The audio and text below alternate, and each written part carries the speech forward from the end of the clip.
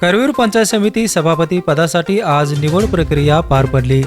सभापतीपदी राष्ट्रवादी काँग्रेस अजित पवार पक्षाचे सातापा पाटील तर उपसभापतीपदी भारतीय जनता पार्टीच्या दीपाली पाटील यांची बिनविरोध निवड झाली आहे।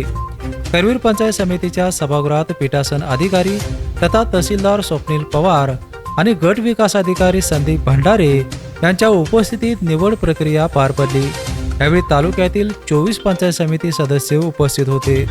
सभापती आणि उपसभापती पदासाठी केवळ एकच अर्ज दाखल झाल्याने या निवडी बिनविरोध झाल्या। नूतन सभापती सातापा पाटील यांनी तालुक्याचा सर्वांगीण विकास करणार असल्याचे माध्यमांशी बोलताना सांगितले।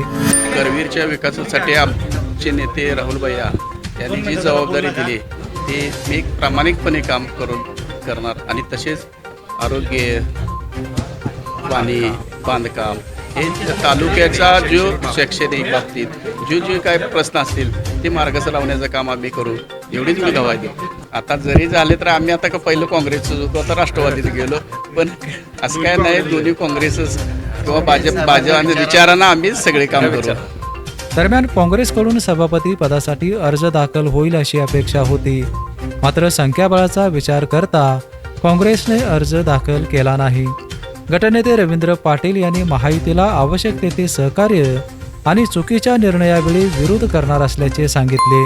करवीर पंचायत समितीमध्ये गेल्या 65 वर्षामध्ये पहिल्यांदाच बिगर काँग्रेसचे सरकार स्थापन होते आणि आदरणीय बंटी साहेबांच्या नेतृत्वाखाली आम्ही त्यांचा आदेश म्हणून ही निवड पहिल्यांदाच आपण बिनविरोध करतोय। यामध्ये कारण राष्ट्रवादी काँग्रेसचा सभापती होतोय हे एक महत्त्वाचं कारण आहे।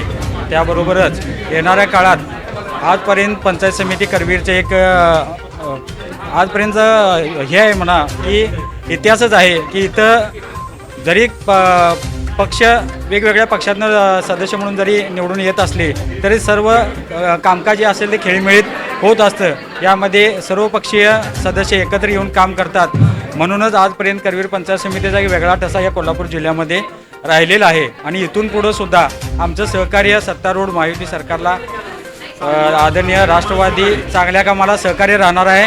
जिथं जिथं चुकीच्या कामाला विरोध हा आमचा अंकुश कायमच राहणार आहे। बेपेनसाठी करवीरहून विजय यशपुत्र।